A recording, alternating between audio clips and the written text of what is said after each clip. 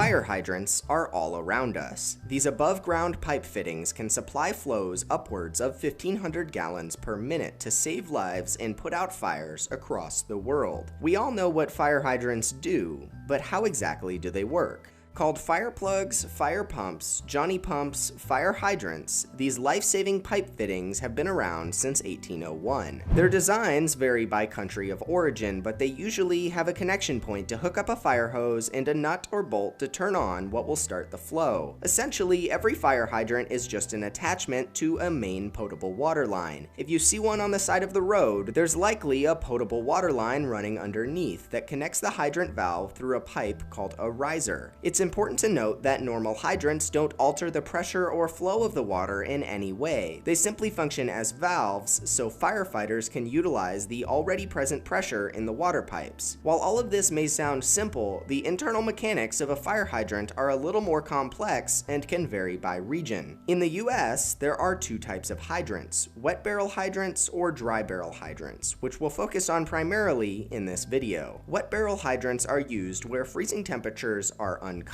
In this design, water fills the entire hydrant at all times, and the valve to start the flow of water is placed above ground. This design is usually cheaper to construct and easier to maintain due to the majority of its mechanism being easily accessible. Dry barrel hydrants, on the other hand, are used where temperatures routinely drop below freezing, and thus, in order to keep the water in the hydrant from freezing, the valve is placed below the area's frost line. The nut to turn the valve on is usually placed on top of the hydrant in this design to turn the long valve running through the hydrant and the riser. These two hydrant designs encompass the majority of fire hydrants in the US and even many parts of the world. However, their complexities and intricacies don't stop there. Other important aspects to note would be that the flow of a hydrant isn't variable during operation. Their valves are designed to be totally open or totally closed. Coupling this with the fact that each hydrant is only a valve and usually not a pump, the output of the water is solely dependent on the pressure available to the hydrant at that point in the water line. The higher the pressure, the more water the hydrant can output to stop a fire. Common flow rates for hydrants across the US range from less than 500 gallons per minute all the way up to above 1,500 gallons per minute. Higher flow rate hydrants are usually needed in commercial areas and dense residential areas, essentially where there's potential for larger fires. The hydrants with the highest flow rate deliver enough flow to fill a backyard swimming pool in just 3 minutes. In the US, the colors of hydrants can also indicate their type.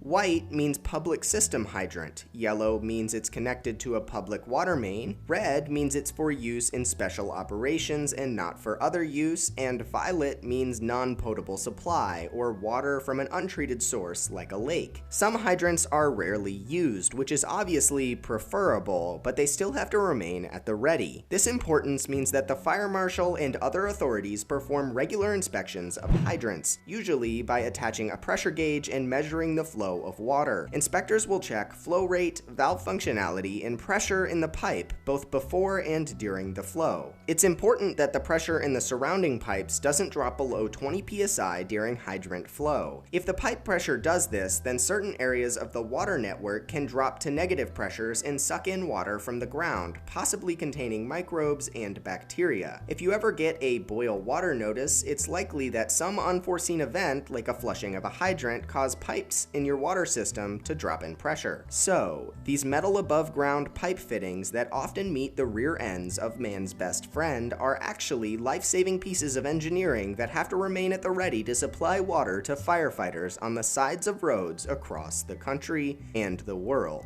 Thanks for watching. If you enjoyed this video, you can check out more of our content here, and here, or you can browse our channel, and as always, be sure to like, share, and subscribe.